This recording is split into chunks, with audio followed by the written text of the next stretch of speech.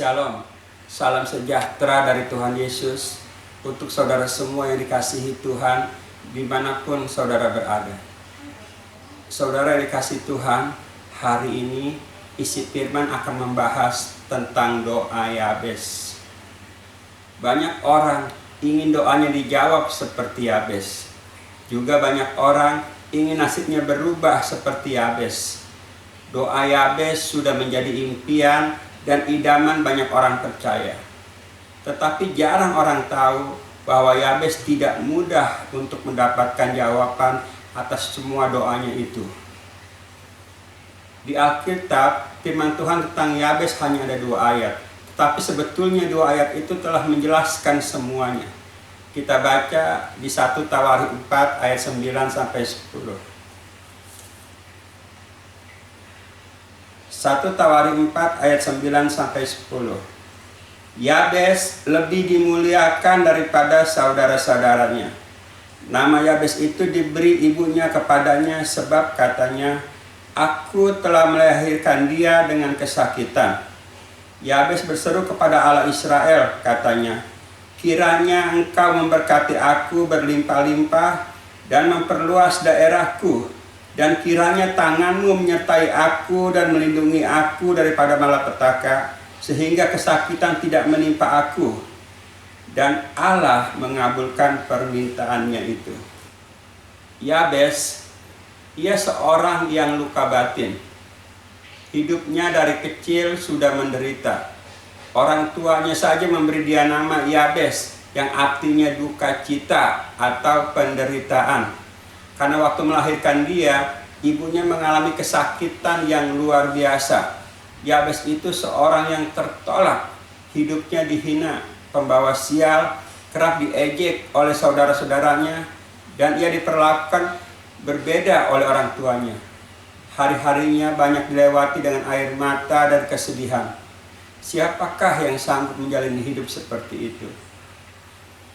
Ketika seseorang mengalami masa sulit dalam hidupnya, maka menyerah adalah langkah yang harus dilakukan. Tetapi menyerah itu ada 2. Menyerah kepada keadaan atau menyerah kepada Tuhan. Yabes memilih menyerah kepada Tuhan. Dia sadar dirinya tidak mampu menghadapi penderitaan yang dialaminya. Tetapi kalau bersama Tuhan, pasti bisa. Dan inilah langkah pertama yang dilakukan Yabes, datang kepada Tuhan Yesus. Sesuai dengan firman Tuhan di Matius 11 ayat 28.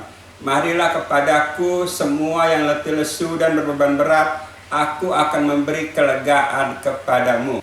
Tetapi mengikuti jalan Tuhan itu tidak mudah. Ada rasa sakit. Kenapa?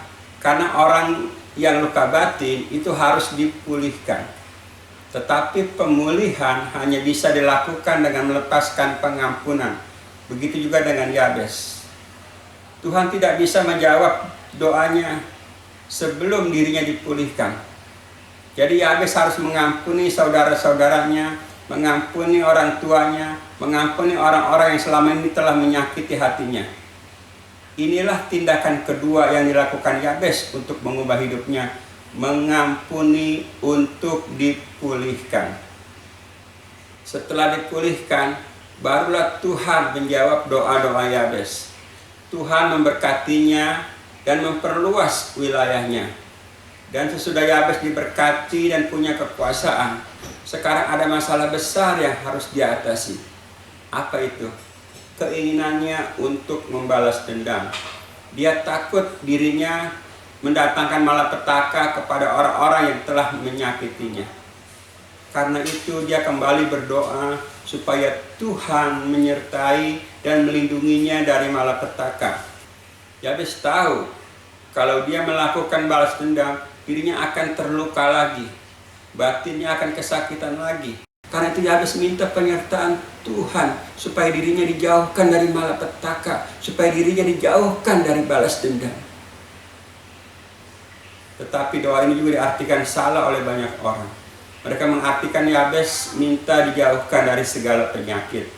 Yabes tidak minta dijauhkan dari sakit penyakit, tetapi dia minta dijauhkan dari kesakitan yang akan menimpa batinnya.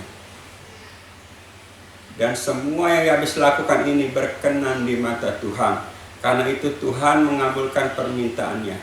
Bahkan bukan cuma dikabulkan seluruh doanya, Yabes juga lebih dimuliakan daripada saudara-saudaranya.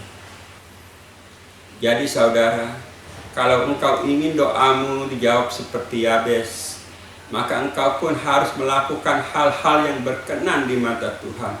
Sama seperti yang dilakukan Yabes, maka doamu pun akan dijawab Tuhan sama seperti Yabes. Demikianlah firman Tuhan hari ini. Sampai jumpa di video berikutnya. Amin.